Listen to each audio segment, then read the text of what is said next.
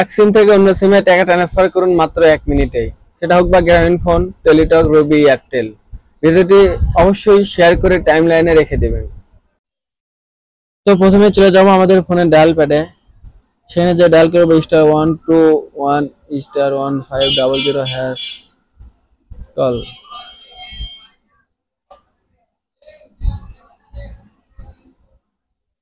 তো এখানে আপনার প্রথমে আপনার রেজিস্ট্রেশন করে নেব। তো ওয়ান ডায়াল সেন্ড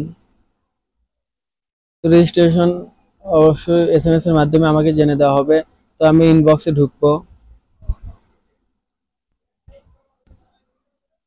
তো এখানে দেখেন অলরেডি রিকোয়েস্ট গ্রহণ করেছে। তো একটু অপেক্ষার মাধ্যমে ওরা আমাদের রেজিস্ট্রেশন নাম্বার দিয়ে দেবে। তো একটু অপেক্ষা করব আমরা।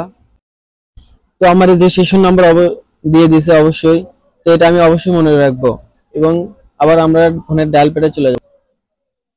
এখানে আবার ডায়াল করবো পুনরায় *121*1500# ডায়াল।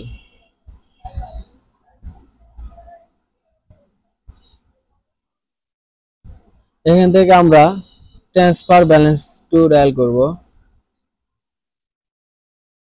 তো এখানে যে নাম্বারে আমরা টাকা পাঠাবো সেই নাম্বারটা এখানে তুলবো। তো আমি যে নাম্বারে টাকা পাঠাবো সেই নাম্বারটা এখানে তুলছি, দিয়ে সেন্ড।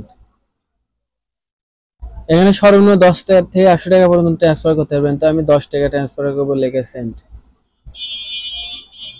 তো আমাদের SMS এর ফিরতি SMS এর মাধ্যমে যে রেজিস্ট্রেশন নাম্বার দিয়েছিল সেই রেজিস্ট্রেশন নাম্বারটি এখানে দিয়ে দেবো। তো আমারটা এখানে দিয়ে দেবো, দিয়ে সেন্ড।